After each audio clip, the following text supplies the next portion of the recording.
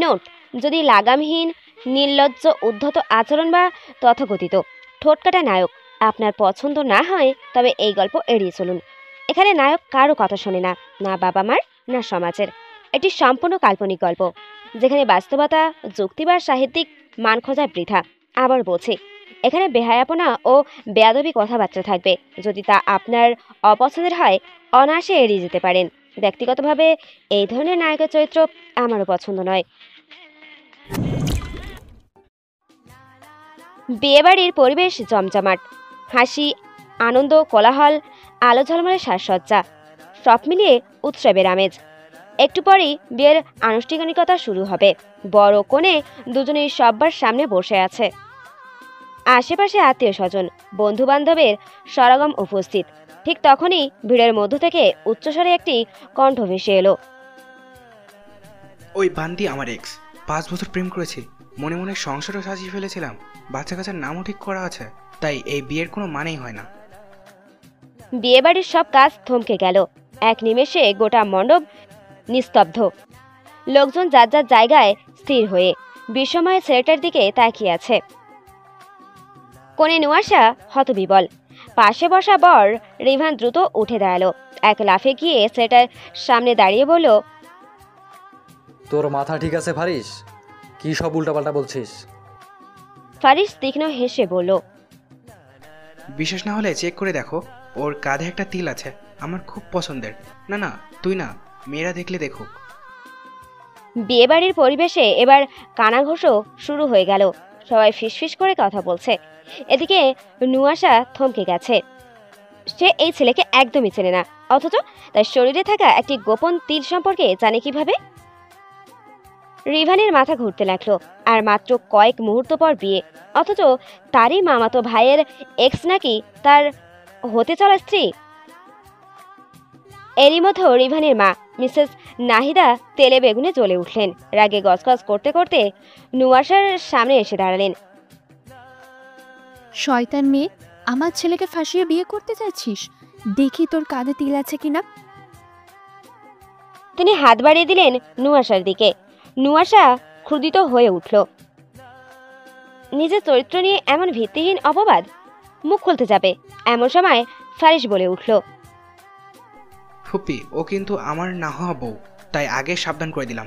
দেখো কিন্তু আমার না হওয়া বউয়ের যেন অসুবিধা না হয়।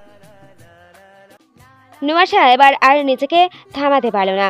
এক ধাপ এগিয়ে ফারিসের মুখোমুখি দাঁড়িয়ে বলল, আমি আপনার বউ?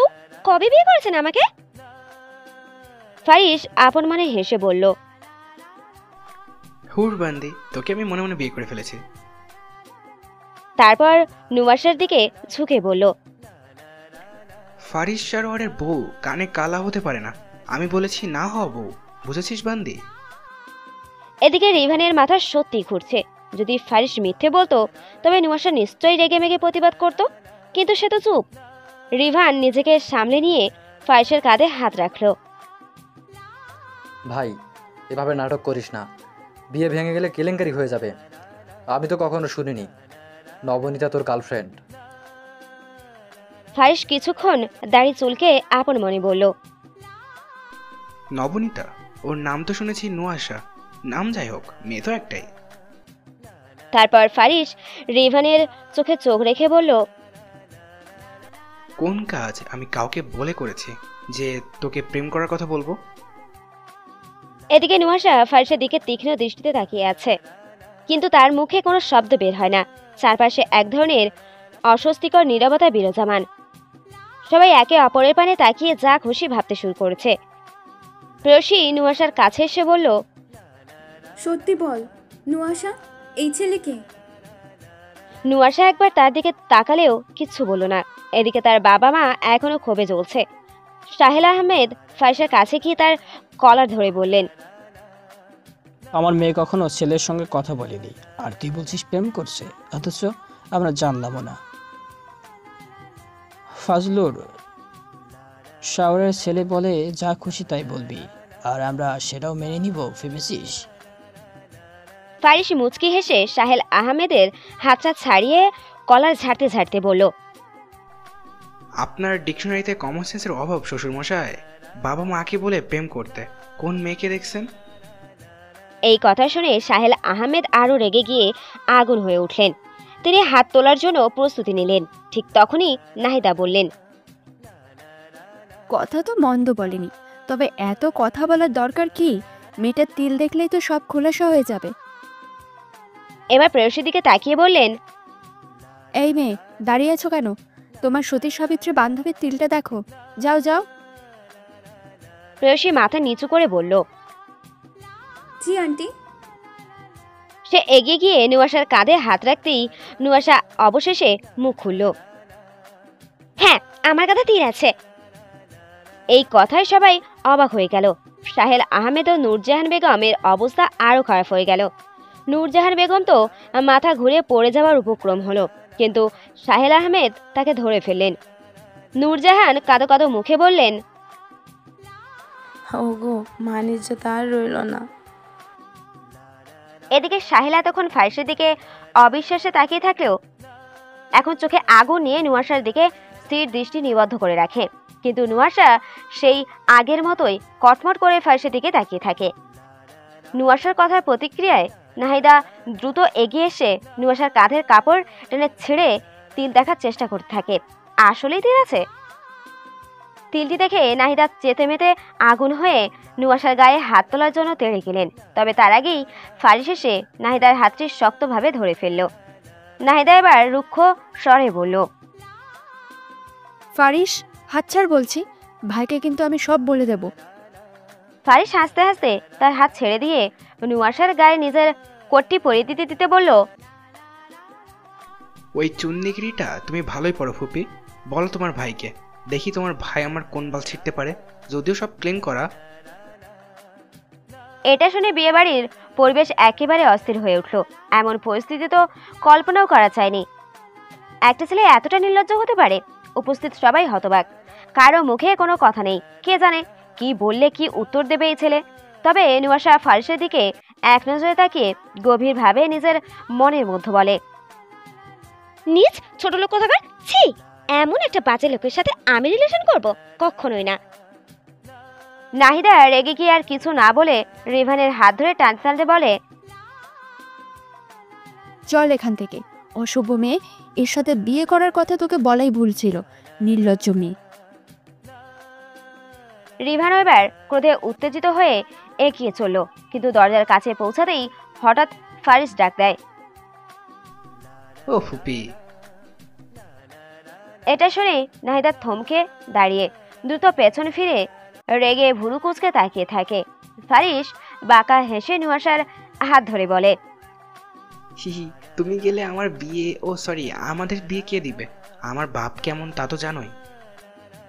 এদিকে নুয়াশা হাত ছাড়ানোর জন্য ছটফট করতে থাকে, কিন্তু ফারিস তার হাত আরো শক্ত করে ধরে ফিসফিস করে বলে, ওই বান্দি, এত ছটপট করো না, তাহলে বিয়ে বাড়ির সবার সামনে তোমাকে কামড় দিয়ে বসবো। এটা শুনে নুয়াশা স্তম্ভিত হয়ে ফারিসের দিকে হাঁ করে তাকিয়ে থাকে। এদিকে নাহিদা দাঁতে দাঁত চেপে গলা চড়িয়ে বলে, তোকে আমি জুতো পিটা করব, ফারিসের বাচ্চা, অসভ্য ছেলে। ভাই জানলে তোকে গাছের সঙ্গে বেঁধে ছিঁড়ে ফেলবে, আর তোর বিয়ে আমি দেব। হাহ, তুই ভাবলে কিভাবে যে আমার ছেলের বিয়ে ভেঙেছে, সেই বিয়ের সাক্ষী আমি হব? ফারিস এবার নুয়াশার হাত ধরে এক ঝটকায় কাছে টেনে নুয়াশার কাঁধে ডান হাতের কনুই রেখে নাহিদার দিকে গভীর চোখে তাকিয়ে বলল, তুমি দিতে বাধ্য ফুপি, না হলে করিমগঞ্জের। নাহিদা দ্রুত পরিস্থিতি সামাল দিতে বলল, এই, বিয়ে পড়ানো শুরু করুন কাজী সাহেব। ফারিস আর হাসিতে মুখ বাঁকিয়ে নুয়াশার দিকে নজর দিয়ে বলল, এইভাবে লাইনে আনতে হয় জান, তোমাকেও সাবধান করে দিচ্ছি। তেরামি করলেই এমন একটা দিব, দুদিন মায়ের কারণে অজ্ঞান হয়ে পড়ে থাকবে। নুয়াশা চল শক্ত করে বলল, নির্লজ্জ লোক, আমরা কাঁধ থেকে হাত সরান। ওকে। বলেই কাঁধ থেকে হাত সরিয়ে নুয়াশার কোমর ধরল ফারিস। নুয়াশা এবার আরো রেগে গিয়ে ফারিসের দিকে তাকিয়ে বলল, নষ্ট পুরুষ, কোমরটা কি অন্য কারোর? এবার এক ঝটকায় হাতটা কোমর থেকে সরিয়ে দূরে সরে গিয়ে দাঁড়ালো। অথচ ফারিস এক চোখ বন্ধ করে হাসতে লাগলো। কিছুক্ষণের মধ্যেই নুয়াশা আর ফারিসের বিয়ের অনুষ্ঠান শুরু হলো। দুজনেই আলাদা সোফায় বসে আছে। ফারিস ভুরু তুলে নুয়াশার দিকে এক অদ্ভুত তীক্ষ্ণ হাসি দিয়ে তাকিয়ে আছে। নুয়াশা এটা দেখে আড়ালে চোখ সরিয়ে আপন মনে বলে, কিভাবে তাকিয়েছে দেখো, যেন বিয়ের পর্ব নয় বর্ষরের পর্ব শুরু হয়ে গেছে। বেয়াদব কোথাকার। কিছুক্ষণ পর কাজী সাহেব প্রশ্ন করলেন, তুমি কি ফারিস সরওয়ারকে বিবাহ করতে সম্মত আছো মা? কিন্তু নুয়াশা কিছুই বলল না। ফারিস বিরক্তি হয়ে বলল, ওই বান্দি, হ্যাঁ বল। এরপর উঠে নুয়াশার দিকে এগিয়ে গিয়ে কানের কাছে ফিসফিস করে বলল, তাড়াতাড়ি বলো, হার্ট অ্যাটাক, না হলে বিয়ে ছাড়াই বাসর করে ফেলবো। ধৈর্য কিন্তু আমার খুব কম। এই কথা শুনে নুয়াশা তাড়াতাড়ি বলল, জি জি হ্যাঁ। ফারিস হেসে বলল, আলহামদুলিল্লাহ। কিছুক্ষণ পর কাজী সাহেব প্রশ্ন করলেন, তা দেনমোহর কত ঠিক করা হবে? পাশ থেকে উঠে প্রয়সী বলল, 10 কোটি আঙ্কেল। এটা শুনে ফারিস চোখ উল্টে তার দিকে তাকিয়ে বলল, ওই বান্দি, 10 কোটির কয়টা শূন্য থাকে তোর ধারণা আছে? আমার বাপ তো সারা জীবনও আমার পিছনে 10 কোটি টাকা খরচ করেনি, আর একটা মেয়েকে তুলতে এত টাকা লাগবে? দেনমোহর 10 টাকা ধরুন। বলে পকেট থেকে 10 টাকার একটি নোট বের করে টেবিলে রাখলো। নুয়াশার ঠোঁট বাঁকিয়ে বিড়বিড় করে বলল, ছোট লোক। কাজী সাহেব তখন গম্ভীর স্বরে বললেন, এটা সারা জীবনের ব্যাপার বাবা, এমন মজা করা ঠিক নয়। ফারিস হেসে বলল, সারা জীবন কি, ওই বান্দিকে তো মৃত্যুর পর পর গিয়েও জ্বালাবো। তার কতক্ষণ, তাড়াতাড়ি বিয়ের পর্ব শেষ করুন মশাই, এখনো বাসর বাকি। আমাদের সন্টু মন্টু আনতে হবে তো, কত কাজ পড়ে আছে। শেষ করুন, শেষ করুন।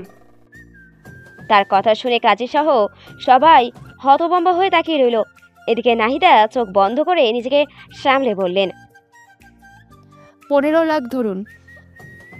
এরপর কাজী সাহেব বললেন, তাহলে মেয়েকে দেনমোহর পরিশোধ করুন। ফারিস ঠোঁটের কোণে হাসি ফুটিয়ে বলল, ওই ফুপি, জলদি টাকা দাও, শুধু শুধু বাসর ঘরের সময়গুলো নষ্ট হচ্ছে। এটা শুনে নুয়াশা হাত মুঠো করে নিজের রাগ সংবরণ করে মনে মনে বলল, অসভ্য নির্লজ্জ পুরুষ, তোর সাথে সারা জীবন থাকবো আমি, তোকে কবরে পাঠাবো, বেয়াদব লোক। এদিকে ফারিসের কাণ্ড দেখে সবাই নির্বিকার। নাহিদা দ্রুত বললেন, তাড়াতাড়ি এর বিয়ের কাজ সম্পন্ন করুন কাজী সাহেব। তারপর নিচু স্বরে বিড়বিড় করে বললেন, শুধু বিয়েটা শেষ হোক পারিস, আমিও কম চাই না। বিয়ের কাজ সম্পূর্ণ হলেও সাহেল আহমেদ কটমট করে ফারিসের দিকে তাকিয়ে থাকে। ফারিস এগিয়ে এসে হাসি মুখে বলে, হি হি, আসসালামু আলাইকুম শ্বশুর আব্বা। সাহেল মুখ বাঁকিয়ে বিরক্তির কণ্ঠে বলল, কোথায় ডাক্তার জামাই পেতাম, আর কোথায় রাস্তার গুন্ডা। বিয়ে করলে তোকে কখনোই জামাই হিসাবে মেনে নিব না, বেয়াদব ছেলে। ফারিস ঠোঁটের কোণে তীক্ষ্ণ হাসি টেনে বলল, যোগ্যতা নিয়ে আপনি প্রশ্ন তুলতেই পারেন, কিন্তু বিশ্বাস করুন শ্বশুর, আদরের ক্ষেত্রে আমার মতো কেউ আপনার মেয়েকে ভালোবাসতে পারবে না। এই কথা শুনে সাহেল রাগে গজগজ করতে করতে নিজের জুতো খুলে হাতে নিয়ে তেড়ে এলেন। শুয়োরের বাচ্চা, লম্পট, আজ তোকে খুন করে জেলে যাব আমি, অসভ্য ছেলে। ফারিস হেসে নুয়াশার আড়ালে গিয়ে বলল, ওরে বাবা গো বউ, তোমার বাপকে সামলাও। নুয়াশা বিরক্ত হয়ে বলল, বেহায়া পুরুষ, শোন আমার পেছন থেকে। সাহেল আহমেদ আরো রেগে গিয়ে বললেন, বেরিয়ে আয় কাপুরুষ, আজ তোকে শ্মশানে পাঠাবো। এবার ফারিসের হাসি মিলিয়ে গেল, চোখ মুখে চিরচেনা ঔদ্ধত্য খেলে গেল।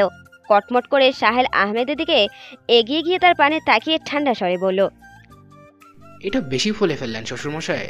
আপনার মেয়ে যদি আমাকে অ্যালাউ করে, তবে প্রতি বছর আপনার কোলে একটা করে নাতি নাতনি দিতে পারার মতো স্ট্রং আমার আছে। কাপুরুষ হলাম কিভাবে? সাহেল আহমেদ কপাল চাপড়ে দৃঢ় স্বরে বললেন, হে আল্লাহ, দূর হ আমার চোখের সামনে থেকে তুই। ফারিস মৃদু হাসলো। পাশ ফিরে তাকাতেই দেখলো নুয়াশার দৃষ্টির সমস্ত আগুন ছেড়ে দিয়েছে তার দিকে। ফারিস হাসিটা চেপে রেখে তার দিকে ঝুঁকে বলল, এভাবে তাকিয়ে থাকো না হার্ট অ্যাটাক। একবার সিরিয়াস হয়ে গেলে কিন্তু এখনই কিছু কিছু করে ফেলবো। নুয়াশা চোখের ওপর হাত রেখে ঠোঁট কামড়ে আপন মনে বলল, লাগামহীন পুরুষ, আল্লাহ এ কাকে জুটিয়ে দিলে। এদিকে সাহেলা আহমেদের আগে তপ্ত মুখ দেখে নাহিদা এগিয়ে এলেন, শান্ত স্বরে বললেন, ভাই সে যাই হোক, আত্মীয়তার বন্ধন তো করে উঠলই। এখন চলো সবাই, আর বৌভাতের তারিখ ঠিক করে জানাবো। ফারিস এক ঝটকায় সামনে এসে বলল, ওসব তারিখ টারিখ বাদ দেন ফুপি, এই শ্বশুরের কাছে আমার বউকে এক মুহূর্ত রাখবো না। কথাটা শেষ করে এসে হুট করেই নুহাশাকে কোলে তুলে নিয়ে এগিয়ে চলল। নুহাশা লজ্জায় সংকুচিত হয়ে ওড়নায় মুখ ঢাকে, ফিসফিস করে বলে, বেশরম পুরুষ, সবাই দেখছে, নামুন বলছি। ফারিস হাসতে হাসতে বলল, আরে ওসব করার সময় দরজা আটকে রাখবো জান, কেউ কিছু দেখবে না। অন্যদিকে নূরজাহান বেগমের অবস্থা তখন শোচনীয়। কি ছেলের সাথে মেয়ের বিয়ে দিয়েছেন, মাথা ঝিমঝিম করতে লাগলো তার।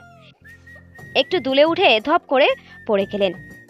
সাহেল আহমেদ ফারিসকে বকা দেওয়ার বদলে নূরজাহানের দিকে ছুটে গেলেন, তার কণ্ঠে উৎকণ্ঠা ঝরে পড়ল। কেউ ধরো নূরজাহান।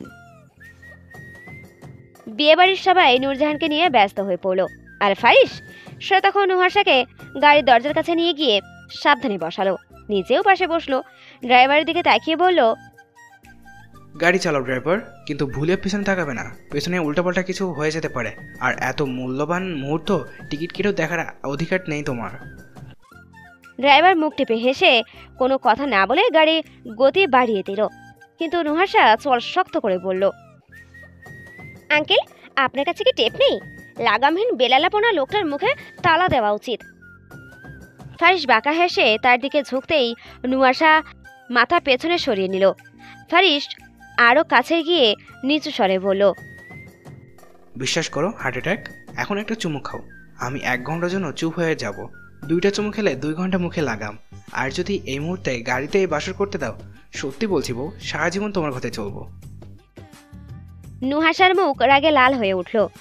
সে কান দুহাত দিয়ে চেপে ধরে ফারিসের বক্ষে ধাক্কা দিয়ে তাকে দূরে ঠেলে দিল।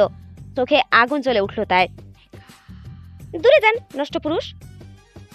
ফারিস শেষে সিটের সাথে মাথা ঠেকাল, গম্ভীর সুরে বলল, এই বুকটাকে তো বাঁধিয়ে রাখা উচিত, তোমার বান্দির হাত যে এখানে লেগেছে। কিন্তু নুহাশা এসব কথার দিকে মনোযোগ না দিয়ে গাড়ির কাছে মাথা ঠেকিয়ে রইল।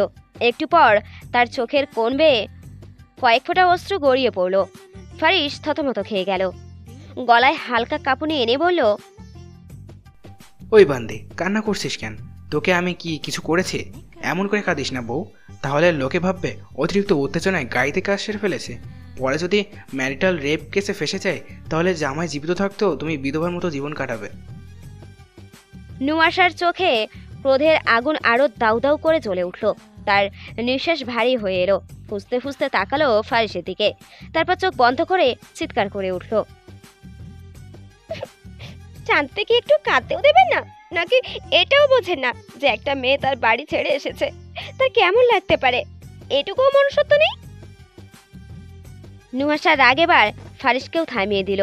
সে চুলে হাত বুলিয়ে নিল, পকেট থেকে একটা রুমাল বের করে মুখে চাপা দিল, তারপর সিটে মাথা রেখে চোখ বন্ধ করলো। কিন্তু নুহাশার কান্নার গুনগুন শব্দ ক্রমশ তার কানে বেজে যেতে লাগলো। কিছুক্ষণ সহ্য করার পর বিরক্ত গলায় বলে উঠল, ওই ড্রাইভার, গাড়ি থামাও। ড্রাইভার চমকে উঠে গাড়ি থামালো। ফারিস দরজা খুলে নেমে গেল। মিনিট কয়েক পর হাতে কয়েকটা চিপস, আইসক্রিম আর চকলেট নিয়ে ফিরে এলো। এসে সেগুলো নুহাশার কোলের মতো ফেলে বলল, এইগুলো চিবাও বউ, তাও ফ্যাস করে কান্না করো না। তোমার এসব ন্যাকা কান্না দেখলে আমার ইচ্ছা করে কান্নার বাপকে চুমু দেই, হিহি। বলে হেসে সিটে মাথা এলিয়ে দিল। নুহাশা একবার তার দিকে তাকালো, কিন্তু এই মানুষটার সাথে কথার খরচ করা অন্তহীন, তাই কিছু না বলে পাশ ফিরে রইল। তবে একটু পর ক্ষুধায় আইসক্রিম খুলে খাওয়া শুরু করলো নুহাশা। অন্যদিকে নূরজাহান বেগমকে বিছানায় শুইয়ে দেওয়া হয়েছে। কক্ষ থেকে বেরিয়ে এসে সাহেল আহমেদ গম্ভীর নিঃশ্বাস ফেললেন। নাহিদা এসে পাশে দাঁড়ালো, শান্ত স্বরে বলল, চিন্তা করবেন না ভাই, কোম্পানির 60% যেহেতু ফজলুর সার্ভারের নামে, নুয়াশা একভাবে ঘরে গেলেই হলো।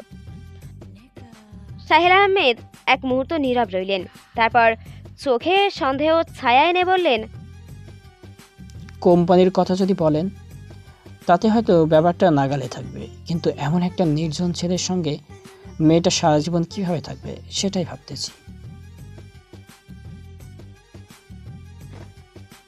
আহা, ওটা আমার উপর ছেড়ে দিন। সাহেল একবার নাহিদার দিকে তাকালেন, কিন্তু তার চোখের ভাষা থেকে কিছুই পড়ে নিতে পারলেন না। গাড়ি এসে সারোয়ার বাড়ির সামনে থামতেই নুয়াশা অন্যমনস্ক হয়ে বাইরের দৃশ্য দেখছিল। বিশাল সাদা বাড়ি, আভিজাত্য ভরা, আজ যেন আরও দীপ্তমান।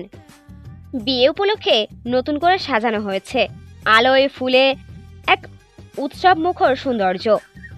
ফারিস নেমে এসে গাড়ির দরজা খুলে ডান হাতে বাড়িয়ে দিল নুয়াশার দিকে, কিন্তু নুয়াশা তার হাত উপেক্ষা করেই নামলো।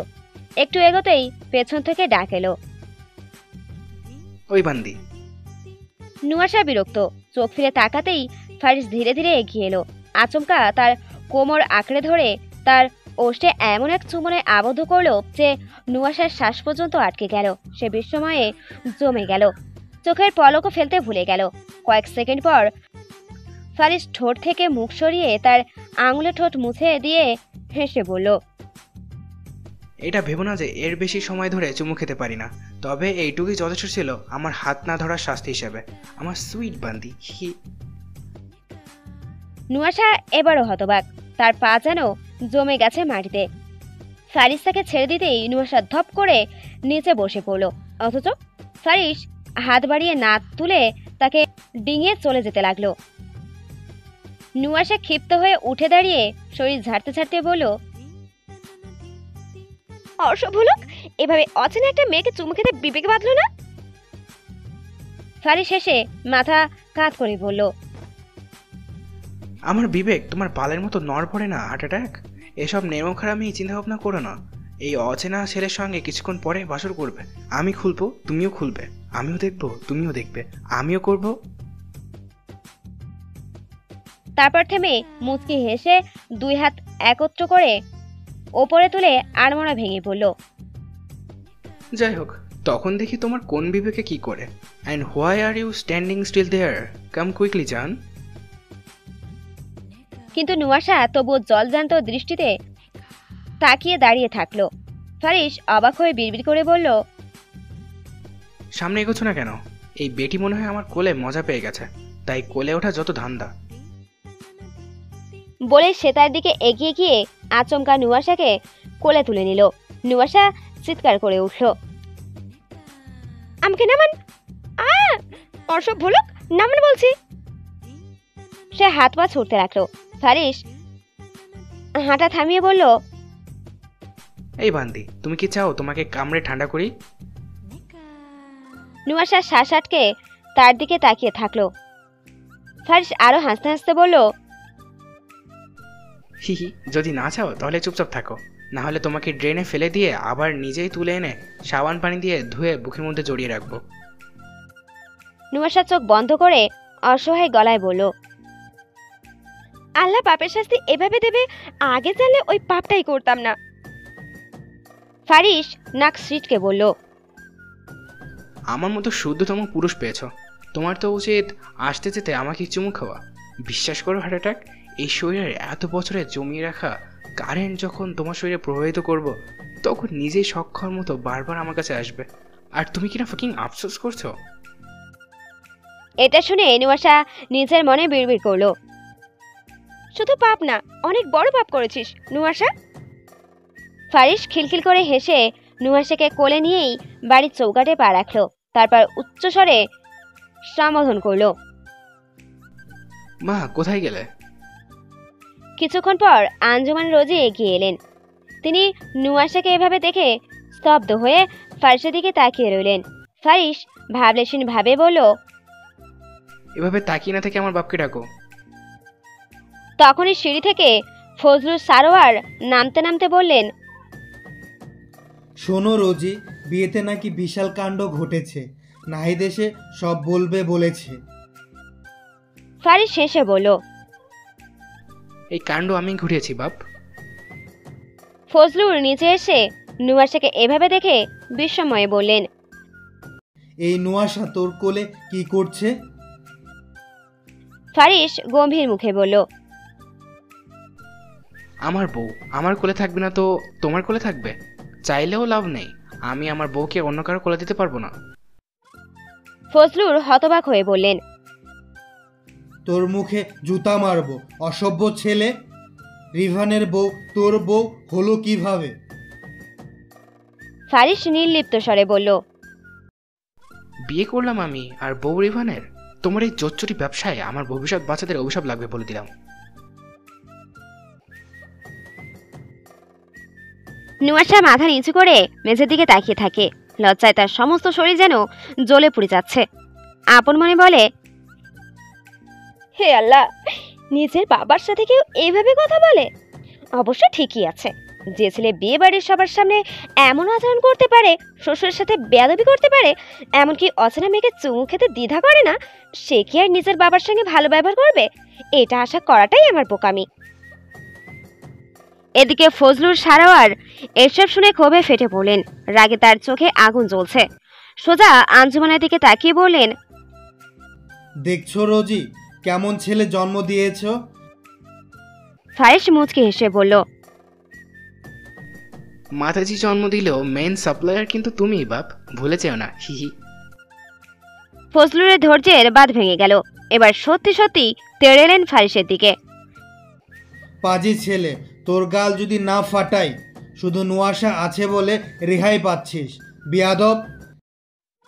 ফারিস নির্বিকার, অর্থাৎ এসব কথা তার কানে পৌঁছায়নি। সে মুখে বিরক্তির রেখা নিয়ে অন্যদিকে তাকিয়ে থাকলো। ফজলুর এবার ফুসতে ফুসতে আঞ্জুমানের দিকে তাকালেন। নিজের বাবাকে জোচ্চোর বলছে। সত্যি বলো রোজি, এই ছেলে কার? এমন বেহায়া ছেলে আমার হতে পারে না। নাকি হসপিটালের বেডে বাচ্চা বদলে গিয়েছিল? দাঁড়াও, ওই নার্সকে ধরে আনতে হবে। ওয়েট, নাকি তোমার বিয়ের আগে কোনো ইটিসপিটিস ছিল? তার পাপের ফল এই ছেলে না তো? এটা শুনে আঞ্জুমানের মুখমণ্ডল রাগে লাল হয়ে উঠল। তিনি চোখ কুঁচকে এক দৃষ্টিতে স্বামীর দিকে তাকিয়ে বললেন, যেমন ছেলে তেমন তার বাপ, অসভ্য লোক। বলেই শটানে রান্নাঘরের দিকে চলে গেলেন। ফারিস তখন নির্বিকার, কেবল কাজ ঝাঁকিয়ে বলল, ডিএনএ টেস্ট করিয়ে দেখতে পারো বাপ, A to Z একদম তোমার কপি বেরোবে। ফজলুর এবার আর স্থির থাকতে পারলেন না, রাগে গর্জে উঠলেন। কুত্তার বাচ্চা, তোকে আমি। ফারিস হাসতে হাসতে হাত তুলে থামিয়ে দিল। এই দাঁড়াও দাঁড়াও, আমার বাপকে কুত্তা বললে সমস্যা নেই, কিন্তু আমাকে বাচ্চা বললে কেন? আর কয়দিন পর আমার এই বাচ্চা তোমার কোলে ইস্যু করবে, কোন দিক থেকে আমাকে বাচ্চা মনে হয়? ফজলুর হঠাৎ থমকে গেলেন। কিছুক্ষণ ফ্যালফ্যাল করে তাকিয়ে থেকে মাথা চুলকাতে চুলকাতে সোফায় বসে পড়লেন। আল্লাহ, আমার মাথা ঘুরছে। ঠিক তখনই পেছন থেকে নাহিদা এসে ফজলুরের পাশে বসে বলল, থাক ভাই, শান্ত হন। এ তো জন্মগতভাবেই অভদ্র, জানেনই তো। এখন বিয়ে করে আরো নির্লজ্জ হয়েছে। তার কণ্ঠে বিরক্তি, কিন্তু ফারিসের ঠোঁটের হাসির ছটায় পরিস্থিতি আরো অগ্নিগর্ভ হয়ে ওঠে। নুয়াশা ধীর কণ্ঠে বলল, আমাকে কোল থেকে নামান। ফারিস ভুরু কুচকে বলল, কোলে তো বেশ শান্তিতে আছো, আবার সমস্যা কি? তার স্বাভাবিক অথচ বেপরোয়া জবাবে নুয়াশা বিস্ময়ে চোখ বড় বড় করে তাকিয়ে রইল। এত জোরে কথাটা বলেছে যে আশেপাশে সবাই থমকে গেছে। ফজলুর সারোয়ার ও নাহিদাও ফারিসের দিকে তাকিয়ে রইলেন। নুয়াশা চোখ বন্ধ করে মনে মনে বলল, এটা কি আসতে বলা যেত না? নষ্ট পুরুষ! হে আল্লাহ, কোন দিনে এসে পড়লাম! এই ছেলে তো দেখছি সবকিছুর ঊর্ধ্বে। ফারিস নুয়াশাকে কোলে নিয়েই সিঁড়ির দিকে পা বাড়াতে যাচ্ছিল। তৎক্ষণাৎ নাহিদা তাকে থামিয়ে দিলেন, বললেন, এই দাঁড়া, নুহাশাকে নিয়ে কোথায় যাচ্ছিস? ফারিস এক পলক তাকিয়ে মুচকে এসে বলল, আমার বউকে তো আর তোমার ঘরে নিয়ে যাব না, আমার ঘরে নিয়ে যাচ্ছি।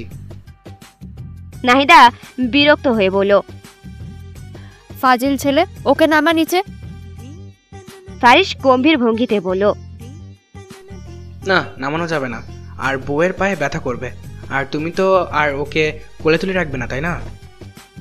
নুহাশা এবার রাগের চোখ মুখ কুচকে কঠোর কণ্ঠে বলল, নিচে নামান। তার চোখের আগুন দেখে ফারিস না চাইলেও বাধ্য হয়ে নুহাশাকে নামিয়ে দিল। ঠিক তখনই রিভান তীব্র রাগ নিয়ে এসে বলল, মা, আমি উপরে যাচ্ছি। নাহিদা কিছু না বলে শুধু তাকিয়ে রইল। এরপর সিঁড়ির পাশে দাঁড়িয়ে থাকা নুহাশাকে দেখে রিভান বলল, নবনীতা, সাইডে দাঁড়াও। নুহাশা দ্রুত সরে গিয়ে বলল, জি। ফারিস বলে উঠল, ওই রিভান, নুসু একসময় তোর হবু বউ ছিল, কিন্তু এখন তোর ভাবি, তাই নবনীতা ভাবি বলবি। ঠিক আছে ভাই। রিভান বিরক্ত গলায় বলল, বলে দ্রুত ওপরে উঠে গেল। নুহাশা এবার ফারিসের দিকে এগিয়ে এসে বলল, আমার নাম নুহাশা। ফারিস ঠোঁটের কোণে দুষ্টু হাসি টেনে বলল, নুসু, এটা আমার ভালোবাসার ডাক বান্দি। নুহাশা ঘৃণায় মুখ বিকৃত করে চুপ রইল। ঠিক তখনই নাহিদা নুহাশার সামনে এসে দাঁড়িয়ে বলল, অনেক হয়েছে, এবার নুহাশা আমার সঙ্গে রান্নাঘরে এসো, দেখি কেমন চা বানাতে পারো। নুহাশা মাথা নিচু করে বলল, জি। এর মধ্যেই ফারিস ভুরু উঁচু করে নাক সিটকে বলল, ওই চুন্নি ফুপি, আমার বউকে নিয়ে কাজ করাবে মানে? নাহিদা চোখ রাঙিয়ে বলল, বেয়াদব ছেলে, এটা রেওয়াজ। ফারিস অবাক হয়ে বলল, বিয়ে করতে এত ধাপ, তাহলে বাসুটা কখন করব, আর ভবিষ্যৎ বাচ্চাদেরই বা আনবো কখন? নাহিদা এবার রেগে তেড়ে এসে বলল, তুই যাবি উপরে? ফারিস হাসতে হাসতে সিঁড়ির দিকে হাঁটতে হাঁটতে বলল, ঠিক আছে, রেওয়াজ টেওয়াজ শেষ করে আমার বউকে আমার রুমে পাঠিয়ে দিও। সে চলে যেতেই নাহিদা আবার নুহাশার দিকে ফিরে বলল, যাও গিয়ে চা বানাও। নুহাশা চোখ নামিয়ে বলল, জি। তারপর রান্নাঘরের দিকে এগিয়ে গেল। রান্নাঘরে আঞ্জুমান মৃদু হাসি হেসে নুহাশার থুতনি ধরে বলল, ভারী মিষ্টি মেয়ে তুমি। ছেলের বউ হিসেবে আমার কিন্তু বেশ পছন্দ হয়েছে। নুহাশা লজ্জায় মাথা নিচু করেই হেসে বলল, মা, চা বানানোর জিনিসপত্র কোথায়? একটু দেখিয়ে দিন। রাখো এসব, আর আমার ননদের কথা বাদ দাও। ছেলের বউকে দিয়ে কাজ করাবো এমন মানসিকতা আমার নেই। তখন তো তোমার পরিবার ভাববে মেয়েকে বিয়ে দিয়ে কাজে লাগিয়ে দিয়েছি। নুহাশা হেসে উঠে বলল, আরে না মা, আমি স্বেচ্ছায় বলছি। চা বানাতে পারি, কিন্তু তার বাইরে আর কিছুই পারি না। আঞ্জুমান হাসি মুখে তার হাত ধরে বলল, এসো, বাকিটা না হয় তোমার শাশুড়ি মা ধীরে ধীরে শিখিয়ে দেবে। দুজনের হাসি ঠাট্টার মাঝে চায়ের ধোয়া উঠতে লাগলো, আর ছোট্টখাটো কথোপকথন চলতে লাগলো। অন্যদিকে নাহিদা ফজলুরের দিকে তাকিয়ে দৃঢ় গলায় বলল, ভাইয়া, জমিজমার বেশিরভাগই সালেহ আহমেদের দখলে। তার মেয়েকে ফারিসের সঙ্গে বিয়ে দিয়ে শুধু পারিবারিক সম্পর্কই মজবুত হয়নি, বরং ব্যবসায়িক সুবিধাও হয়েছে। প্রতিদ্বন্দ্বী কোম্পানিগুলো আমাদের সামনে দাঁড়ানোর সাহস পাবে না। দুই বড় ডেভেলপার এক হলে বাজারে আমাদের একচেটিয়া আধিপত্য তৈরি হবে। তাই বিয়েটা রিভানের সঙ্গে না হলেও খুব একটা ক্ষতি হয়নি। ফজলুর ভুরু কুঁচকে বলল, হ্যাঁ, এটা তো আসল কারণ, কিন্তু আমি তো ওর মতো বেহায়াকে বিয়ে দিতে চাইনি। কখন কি করে বসে তার ঠিক নেই। তার ওপর বিয়ের পর দায়িত্বশীল হওয়া বদলে বউ নিয়ে লাটসাহেবি করছে। রাতের আকাশে চাঁদের আলো ম্লান হয়ে আসছে, আর নুহাশার বাড়িতে অতিথিদের কোলাহল বাতাসে ভাসছে। সবাই ফারিসকে নিয়ে হাসি ঠাট্টা করলেও প্রেয়সীর মন অস্থির হয়ে উঠেছিল। ইস, নুয়াশারও বিয়ে হয়ে গেল আর আমি এখনো single. Nuyasha, I miss you baby. যদি তোর দেবরের সঙ্গে আমার বিয়েটা হতো তাহলে সারা জীবন এক ঘরে থাকতাম আমরা। আমার কলিজার বান্ধবীটাকে কেড়ে নিয়ে গেল। ধুর ধুর। এমন সময় নুয়াশার ছোট ভাই আবাইয়াজ সামনে এসে হেসে ভাব নিয়ে চুলে হাত দিয়ে বলল, তুমি চাইলে আমি তোমাকে বিয়ে করতে পারি। দুধের মতো ফর্সা, গোলগাল পেটেওয়ালা 10 বছরের এই ছেলেটা দেখতে শান্ত হলেও আসলে একরকম দুষ্টুমি কাতুকুতু পাখি। প্রসি চোখ বড় করে বলল, পাজি ছেলে, আমি তোর থেকে অন্তত 14 বছরের বড়। আবাইয়াজ একটুও বিচলিত না হয়ে কাঁধ ঝাঁকিয়ে বলল, তাতে কি, সিনিয়রদের এমনিতেও আমার অনেক ভালো লাগে। প্রসি বিরক্ত হয়ে বিড়বিড় করে বলল, যেমন দুলাভাই তেমন শালা, মিলছে ভালোই। অন্যদিকে গম্ভীর মুখে বিছানায় শোয়া থেকে উঠে বসলেন নূরজাহান। চোখে মুখে স্পষ্ট অস্বস্তি। নূরজাহান বলল, কি ছেলের সঙ্গে বিয়ে হলো মেয়েটার, আমার কিছুই ভালো লাগছে না। আমার মেয়ের কপালটা তো পোড়া কেন? সাহেল এক মুহূর্ত নীরব থেকে কিছু একটা চিন্তা করে ধীর স্বরে বলল, বুঝলে নূরজাহান, ফরিস যাতে আজাদ হলেও পরিস্থিতিটা কিন্তু একেবারে খারাপ হয়নি। এবার ফাজলুরের সব গোপন তথ্য আমার মেয়ে আমাকে জানাবে। খেলা কিন্তু ভালোই জমেছে। একবার যদি পুরো ব্যবসা দখল নিতে পারি। বলে সে হাত মুঠো করে শক্ত করল।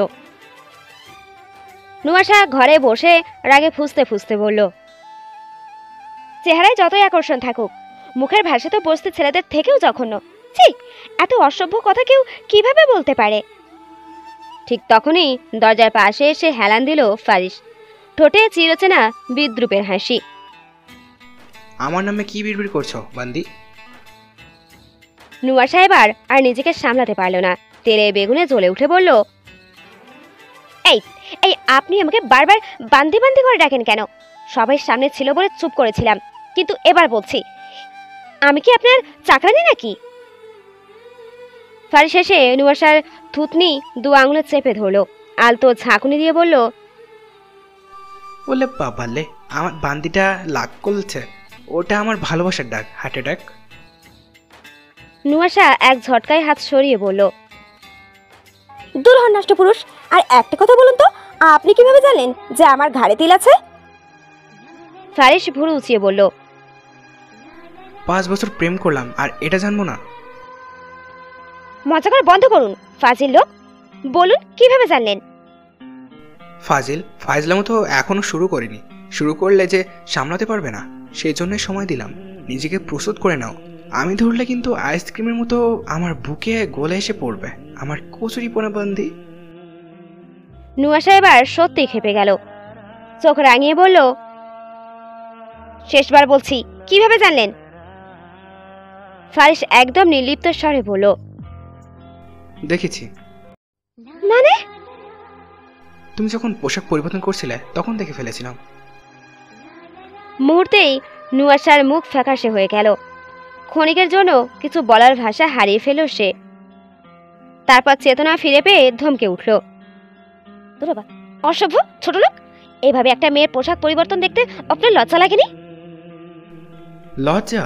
ওসব অশ্লীল শব্দ আমার ডিকশনারিতে নেই। চিনি না চাই না সেই মেয়েকে কোলে তুলে ঘরে নিয়ে এলাম, তোমার মনে হয় আমার লজ্জা আছে? আবার এটা ভেবো না যে ওই জিনিসটাও নেই। তুমি চাইলে চেক করে নিতে পারো। একদম খাঁটি পুরুষ। তাছাড়া নিজে দরজা খুলে পোশাক চেঞ্জ করতে পারবে, আর আমি দেখলেই দোষ বান্দি। নুয়াশা এবার চোখ বন্ধ করে নিজের মাথায় হাত রাখলো, মনমনে নিজেকে গালি দিল। বলো তুই নুয়াশা, দরজাটা ভালো করে বন্ধ করতে পারলি না? ইস, বজ্জাতটা সব দেখে ফেললো। ফারিস হাই তুলে বলল, এসব বাদ দাও, ভাবছি খুলে ফেলবো। নুয়াশা চোখ কপালে তুলে বলল, কি? তোমার লেহেঙ্গা আর আমার শার্ট। নুয়াশা 2 কানে হাত চেপে গুনগুনিয়ে বলল, হে আল্লাহ, এর মুখে সুপারগুলো লাগিয়ে দিন। ফারিস হেসে নুয়াশার দিকে গম্ভীর দৃষ্টিতে তাকিয়ে নিজের মনে বলল, আমার বউটা এত সুন্দর কেন? নুয়াশা লম্বা, চিকন গড়নের মেয়ে, চুল পা পর্যন্ত লম্বা, যদিও এখন খোপা করা, ত্বক দুধের মতো ফর্সা নয়, তবে হলুদাভা মসৃণ রঙে এক অদ্ভুত আকর্ষণ লুকিয়ে আছে। তার দিকে ফারিসের এত গম্ভীর দৃষ্টি দেখে নুয়াশা একটু দূরে সরে গিয়ে বলল, এই শুধু তিল দেখেই আমাকে বিয়ে করেছেন? ফারিস ম্লান হাসল। বিশ্বাস করো, তোমার তিলটা দেখে আমার হার্ট অ্যাটাক হওয়ার মতো অবস্থা হয়েছিল। উফ, সেই রকম সুন্দর তিলটা, তাই তো তোমাকে হার্ট অ্যাটাক বলে ডাকি। তাছাড়া ওর মতো প্লেবয় ছেলে আর একটাও নেই, আর আমার মতো ভার্জিন ছেলেও আর একটাও নেই। তুমি বেঁচে গেছো আমাকে বিয়ে করে। নুয়াশা চোখ কুচকে বলল, চার ভাই প্লে বয়, সে ভার্জিন? ফারিস শেষে এসব এড়িয়ে গিয়ে দরজা দিয়ে বের হবার উপক্রম করলো, কিন্তু নুয়াশা আচমকা তার হাত ধরে ফেলল। এক পলকে ফারিসের পুরো শরীরে চোখ বুলিয়ে বলল, আমি ভাবতেও পারিনি আমার স্বামী এত সুন্দর হবে। চলুন শুভ কাজটা সেরে ফেলি। ফারিস চমকে উঠে তার হাত ঝটকা দিয়ে ছাড়িয়ে নিল, তারপর হাতে থুতু মেখে হাতটা প্যান্টের পেছনে মুছে বলল, দূরে সরো লুচু গার্ল, আমার ভার্জিনিটি নষ্ট করতে চাস? 27 বছর ধরে এই একটা জিনিসই আগলে রেখেছি, বাকি সব চলে গেছে। হারামজাদির চেহারা যত সুন্দর, চরিত্র ঠিক ততটা খারাপ। তারপর দরজার দিকে এগিয়ে গেল দ্রুত পায়ে। ফারিস চলে যেতেই নুহাশা হাসতে হাসতে সোফায় বসে পড়ল, এক পা অন্য পায়ের উড়ুর ওপর তুলে কটমট করে তাকিয়ে বলল, তোমাকে আমার ভালো লেগেছে মামুর বেটা। কাকে বিয়ে করছো তুমি জানো না, এই বিয়ে তুমি আমাকে করনি, আমি তোমাকে করেছি। বিয়ে বাড়ির চারিপাশে তখন উৎসবের ব্যস্ততা, পুরো বাড়ি আলোয় সজ্জিত। আতর আর ফুলের গন্ধ মিশে এক অদ্ভুত মোহনীয় পরিবেশ তৈরি করেছে। বরপক্ষের মানুষ বেশ খানিক আগেই থেকেই উপস্থিত, তাদের হাসি আড্ডায় বাড়ি গমগম করছে। সাহেলা আহমেদ অতিথিদের অভ্যর্থনায় ব্যস্ত, আর নূরজাহান বেগম বরপক্ষের আনা উপহারগুলো যত্ন করে গুছিয়ে নিচ্ছিলেন। একসময় তিনি খানিক বিরক্ত নিয়ে বললেন, আমার মেয়ে এখনো কি এত সাজগোজ করছে? নূরজাহান হাত তুলে প্রেয়সীকে ইশারা করলেন। তখনই প্রেয়সীর সামনে এসে পড়ল। নূরজাহান বললেন, তোর বান্ধবী এখনো কি করছে? গিয়ে দেখে আয় মা, বরপক্ষ কখন এসে পড়েছে। প্রেয়সী হেসে বলল, আচ্ছা আচ্ছা যাচ্ছি। দ্রুত সিঁড়ি বেয়ে ওপরে উঠে গেল সে।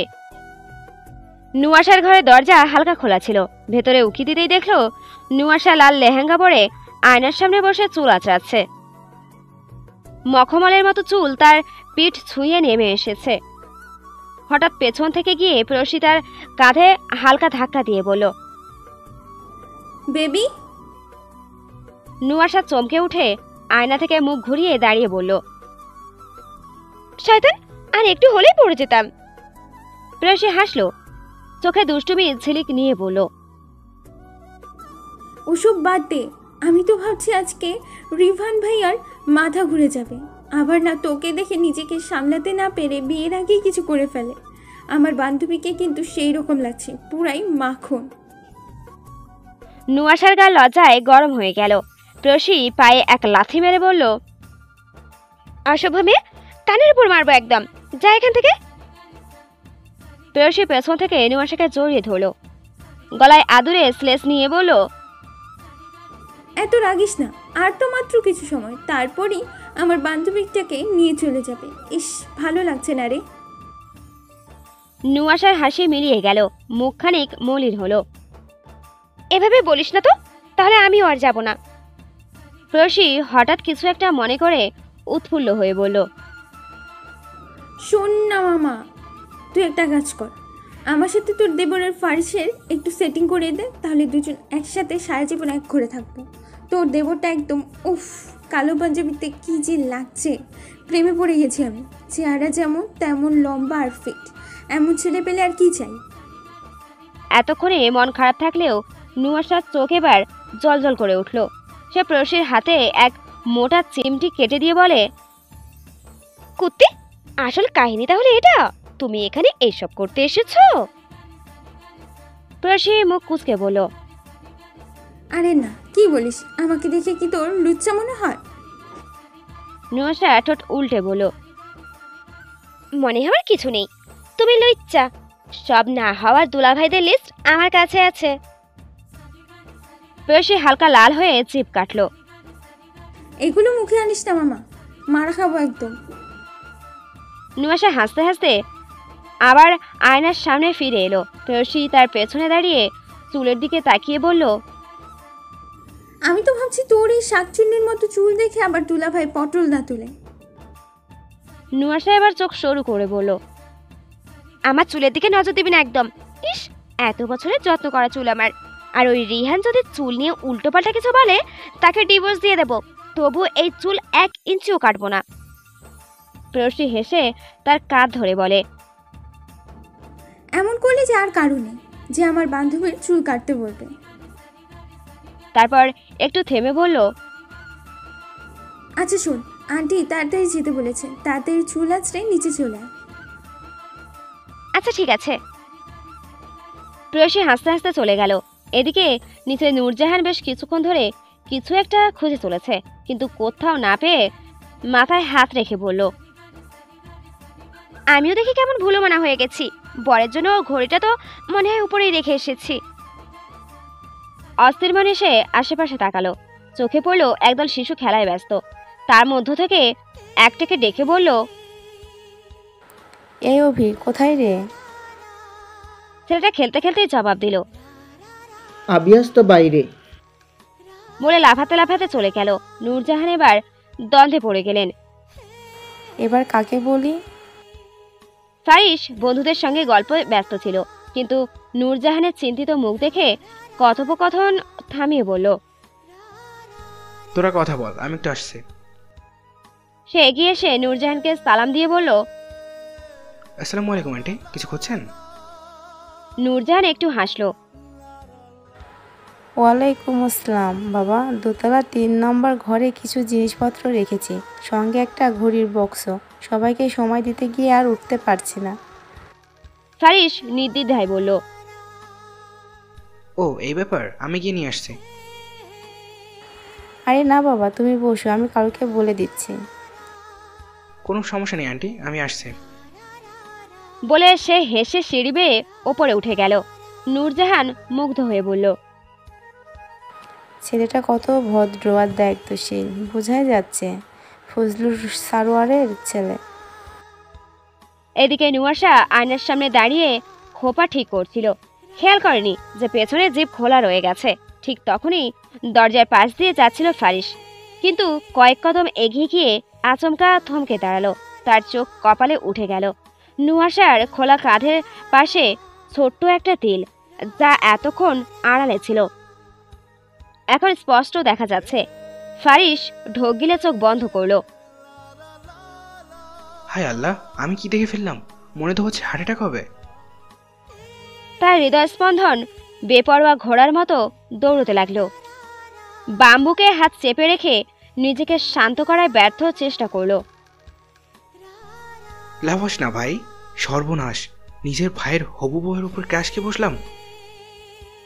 এদিকে নুয়াশা পেছন ফিরতে যাবে, ঠিক তখনই ফারিস বিদ্যুৎ গতিতে পাশের ঘরে ঢুকে পড়লো। মাথা চুলকে আপন মনে বলল, এই কথা যদি বাপ জানতে পারে তাহলে আমাকে কবরে পাঠিয়ে দেবে। কিছুক্ষণ চুপচাপ বসে থেকে সে গভীরভাবে চিন্তা করলো। এরপর হঠাৎই ঠোঁটে এক চতুর হাসি ফুটে উঠল। নিজেকে নিজেই বলল, কিন্তু আমি তো চরম লেভেলের ক্র্যাশ খেয়েছি। যেহেতু ভুল করে দেখে ফেলেছি, সেহেতু অন্য কেউ দেখার অধিকার রাখে না। না, এই মেয়েকে পেতেই হবে।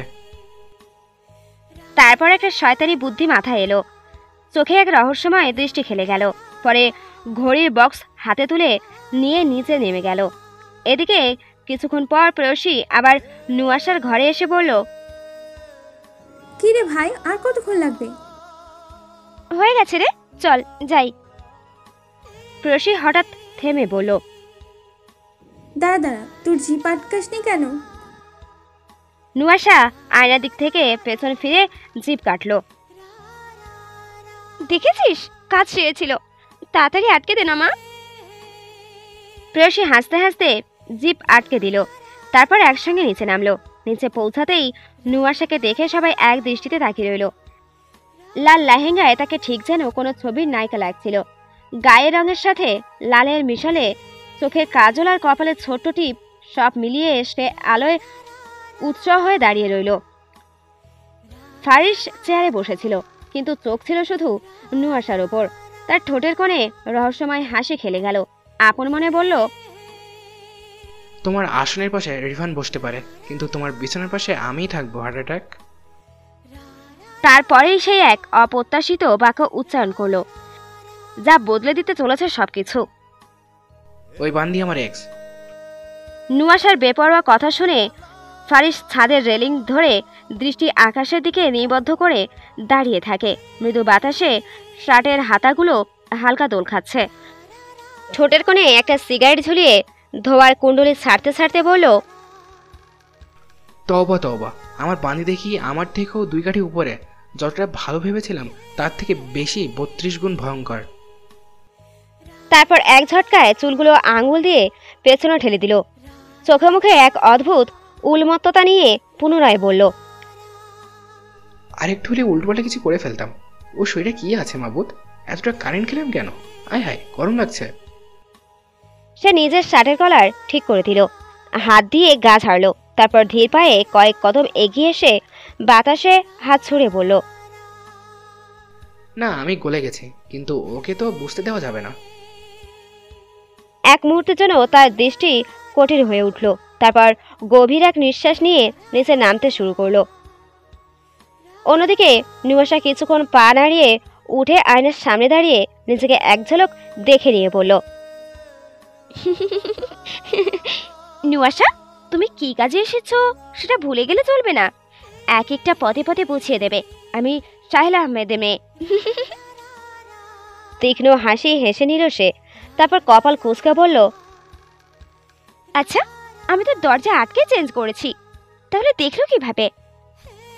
একটু পর মনে পড়লে বলল, শিট, সেদিন প্রেয়সী যাবার পর দরজা আটকাতেই ভুলে গিয়েছিলাম। এ খোদা, আমার ব্যাক সাইড দেখে ফেলেছে বজ্জাত ব্যাটা। এর মধ্যেও দরজার বাইরে ঠকঠক আওয়াজ হলো। নুয়াশা দ্রুত পেছন ঘুরতেই দেখলো নাহিদা হাতে কিছু শাড়ি নিয়ে দাঁড়িয়ে আছে। নুয়াশা মাথায় লেহেঙ্গার ওড়নাটা জড়িয়ে বিনয়ী সুরে বলল, আসুন ফুপি। নাহিদা মুখে আফসোসের ভাব নিয়ে নিজে নিজে বলল, শাশুড়ি থেকে ফুফি হয়ে গেলাম। ছ্যা, বৌমা হলে তো ভালোই হতো। মেয়ে দেখতে মাশাআল্লাহ, তেমন সংস্কারিতাও আছে, কিন্তু কপাল আমার, ফারিসের বাচ্চা সুদে আসলে সব ফিরিয়ে দেব, দেখে নিস। তারপর এক লহমায় ভেঙচি কেটে বলল, নাও, এসব পরিবর্তন করে এখন এগুলোর মধ্যে কিছু একটা পড়ে নাও। জি ফুপি। এবার নাহিদা কঠিন মুখে বলল, শোনো নুয়াশা, এই ঘরে আমার কথাই সবাই উঠে বসে, শুধু তোমার বেয়াদব জামাইটা বাদে। তাই তোমাকেও বলে রাখি, যা করবে আমাকে বলে করবে, আর সব সময় মাথা নিচু করে রাখবে, মনে থাকে যেন।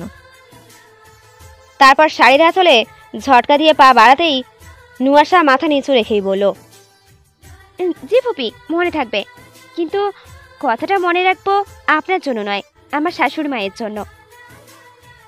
এটা শুনে নাহিদা পেছনে ফিরে বলল, কি বললে তুমি? মিসেস আঞ্জুমান রোজি, যিনি ঘরের মালিকিন, আমি অবশ্যই তার কথা মেনে চলবো, কিন্তু আপনার নয়। নাহিদা ক্রোধে তেতে উঠে দাঁতে দাঁত চেপে বলল, এই মেয়ে, কার সাথে কথা বলছো তুমি জানো?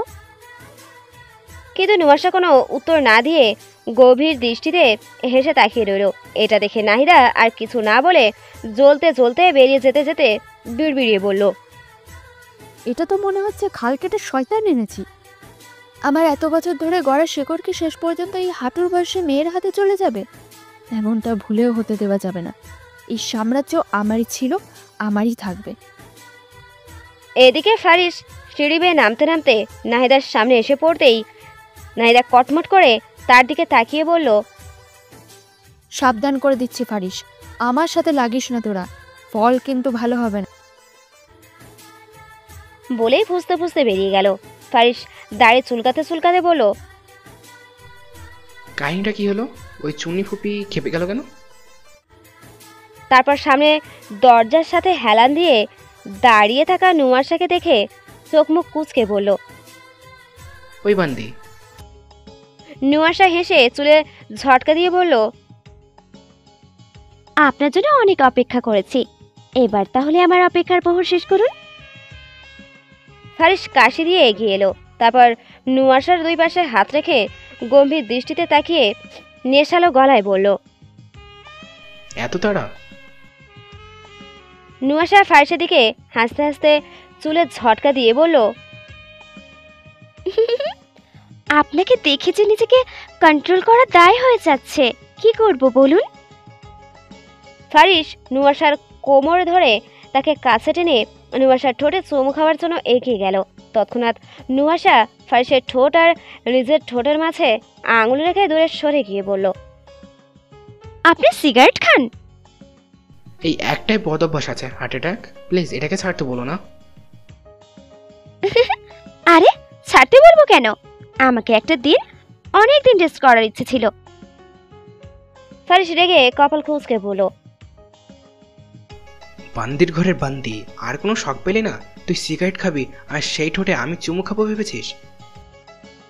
নুয়াশার সম্মোহীন গলায় বলল, আপনার চুমু খাবার দরকার নেই তো, আপনার ওই ওষ্ঠচুগলে আমিই চুমু খাবো। এটা শুনে ফারিস খুক খুক করে কাশি দিয়ে দূরে সরে গিয়ে বলল, তুমি শিওর আমার এবার হার্ট অ্যাটাক করাবে? এই তোমার বয়স কত? বেশি না, 24। নুয়াশা মাথা উঁচু করে বলল। ফারিস চোখ বড় বড় করে বলল, কি কস বান্দি? কিন্তু তোকে দেখলে তো মনে হয় তুই কচি খুকি। এরপর নুয়াশার দিকে ঝুঁকে বলল, আর পড়াশোনা কত দূর করেছ? Masters pass. কি বলো, 10 পাসও করনি? নুয়াশা চোখ ঘুরিয়ে বলল, মূর্খ লোক। ফারিস শেষে বলল, এতটাও অশিক্ষিত মনে করো না নাটকি নাতি। I dropped out of my PhD programme. ভাষা যা স্ত্রী, তা তো বুঝতেই পারছি কিসের পিএইচডি করতে গিয়েছিলেন। ফারিস আর হেসে নুয়াশার দিকে গভীর দৃষ্টিতে তাকিয়ে থাকে। এটা দেখে নুয়াশা এগিয়ে গিয়ে ফারিসের গলা দুহাতে পেঁচিয়ে বলল, চলুন স্বামী, অনেক তো হলো। ফারিস হেসে নুয়াশার দিকে ঝুঁকে বলল, আমার দাঁত দেখেছো বান্দি? এক কামড়ে তোমাকে অক্কা পাইয়ে দিব। ভুলেও ধারে কাছে এসো না, আমার কিন্তু কন্ট্রোলের কও নাই আর কি। তোমাকে দেখলে কিন্তু শুধু। নুয়াশা ফারিসের গলার কাছে মুখ এনে বলল, আমি তো বারণ করিনি, যা খুশি করুন। এটা শুনে ফারিস তীক্ষ্ণ হেসে নুয়াশার গলায় একটা চুমু দিতেই নুয়াশা ফারিসের বুকে ধাক্কা দিল। ধাক্কা খেয়ে ফারিস দু কদম পিছিয়ে নুয়াশার দিকে অবাকের দৃষ্টিতে তাকিয়ে থাকে। নুয়াশা কাটকাট গলায় বলে, আমি ড্রেস চেঞ্জ করব। ফারিস যদিও বিরক্ত, তবে মুখে প্রকাশ না করে বলল, করো। আপনি বের হন। এত নাটক করো না, আমি তোমার স্বামী। Heart attack. এবার নুয়াশা চোখ মুখ কুঁচকে ওপরে তাকিয়ে বলল, হে আল্লাহ, স্বামীকে ঝাঁটার বাড়ি মারলে কি খুব বেশি পাপ হবে? এবার ফারিস ঠোঁট কামড়ে বলল, ওই বান্দি, তোমার ওসব বাল দেখার জন্য বসে আছি আমি? না মানে পরে দেখব। বলেই পা বাড়ালো। নুয়াশা আপন মনে বিড়বিড় করলো, অসভ্য অসভ্য অসভ্য। এরপর নুয়াশা দরজা আটকানোর জন্য দরজায় হাত দিতেই ফারিস দরজা ধরে নুয়াশাকে থামিয়ে বাঁকা হেসে বলল, আগে থেকে বিয়ের প্রিপারেশন ছিল না তো, তাই ঘরে ওসব নেই। এখন থেকে বক্স বক্স এনে রাখবো। Heart attack. নুয়াশা ভুরু কুঁচকে বলল, কি? ফারিস আড়মোড়া ভেঙে বলল, কোন ফ্লেভার আনবো বলো? তুমি যেটা বলবে সেটাই আনবো বউ। এইদিকে থেকে আমি একদম অনেস্ট। এবার নুয়াশা রেগে আগুন হয়ে এদিক ওদিক তাকিয়ে বলল, ঝাঁটাটা কোথায়? ফারিস নুয়াশার রাগ দেখে হেসে তার ঠোঁটে আচমকা কয়েক সেকেন্ডের চুমু খেয়ে বেরিয়ে গেল। নুয়াশা আবার স্তব্ধ হয়ে দাঁড়িয়ে থাকে। এরপর ক্ষণকাল পর শ্বাস ছেড়ে বলল, তোমাকে মজা দেখাবো মামুর বেটা, শুধু সময়ের অপেক্ষা। এরপর দরজা আটকে দিয়ে লাল একটা শাড়ি পরে নিল, চুলগুলো হাতের মাধ্যমে খোপা বেঁধে বিছানায় বসলো। একটু পর দরজার সামনে খাবারের প্লেট হাতে আঞ্জুমান এসে দাঁড়িয়ে বলল,